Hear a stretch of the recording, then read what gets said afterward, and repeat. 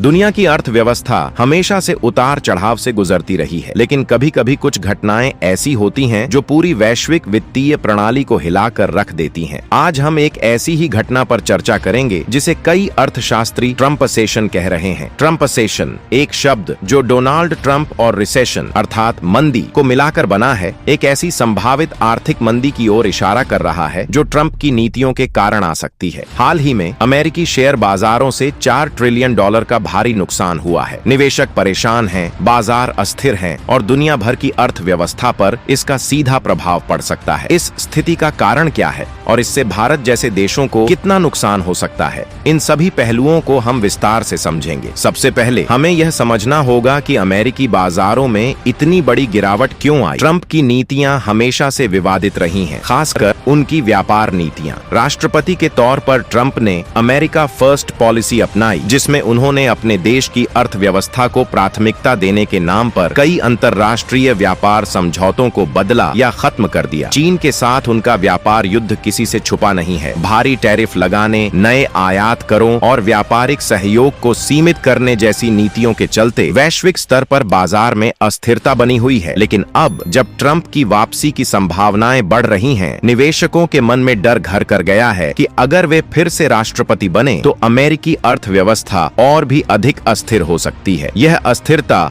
अब साफ तौर पर बाजार में दिखने लगी है। हाल ही में अमेरिकी बाजारों में जो भारी गिरावट आई, उसमें नैस्डैक में 11% की गिरावट देखी गई, जबकि टेस्ला के शेयरों में 48% तक की गिरावट दर्ज की गई। यह केवल कुछ कंपनियों का मामला नहीं है, बल्कि पूरी अमेरिकी अर्थव्यवस्था टांवाडोल हो रही है। अर्थशास्त्रियों का मानना है कि अगर ये गिरावट जारी रही तो अमेरिका 2024 के अंत तक एक गंभीर मंदी में जा सकता है। इसी मंदी को लोग रिसेशन कह रहे हैं। अब सवाल यह उठता है कि अगर अमेरिका में मंदी आती है तो इसका असर भारत पर कैसा पड़ेगा। भारत और अमेरिका के बीच व्यापारिक संबंध काफी मजबूत हैं। अमेरिका भारतीय आईटी और फार्मा कंपनियों के लिए सबसे बड़ा बाजार है। अगर वहां मंदी आती है तो इसका सीधा असर भारतीय आईटी कंपनियों की कमाई पर पड़ेगा। अमेरिकी ग्राहक अगर खर्च कम करेंगे तो भारतीय कंपनियों को मिलने वाले प्रोजेक्ट्स की संख्या घटेगी। इससे नौकरियों पर भी खतरा मंडराने लगेगा। सिर्फ आईटी सेक्टर ही नहीं, बल्कि भारतीय स्टार्टअप इकोसिस्टम भी इससे प्रभावित हो सकता है। आज भारत के ज्यादातर स्टार्टअप्स को अमेरिकी निवेशकों से फंडिंग मिलती है। अगर अमेरिकी बाजार गिरता है तो निवेशकों के पास जोखिम लेने की क्षमता घट जाएगी और वे भारतीय कंपनियों में पैसा लगाने से बच सकते हैं। इससे भारत में नई कंपनियों के लिए मुश्किलें बढ़ सकती हैं। हालांकि इस स्थिति का एक दूसरा पक्ष भी है। अगर अमेरिका की अर्थव्यवस्था कमजोर होती है तो भारत को एक नए अवसर के रूप में देखा जा सकता है।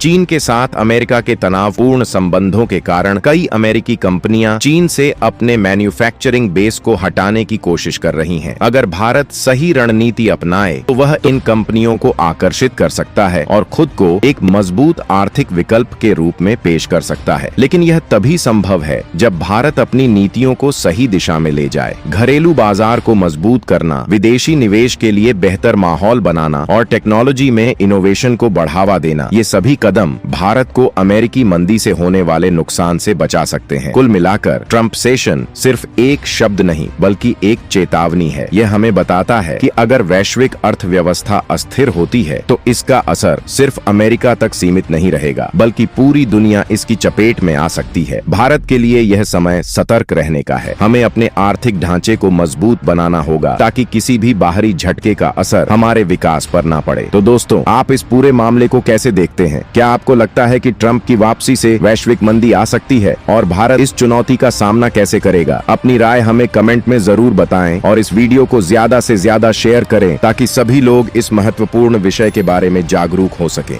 धन्यवाद।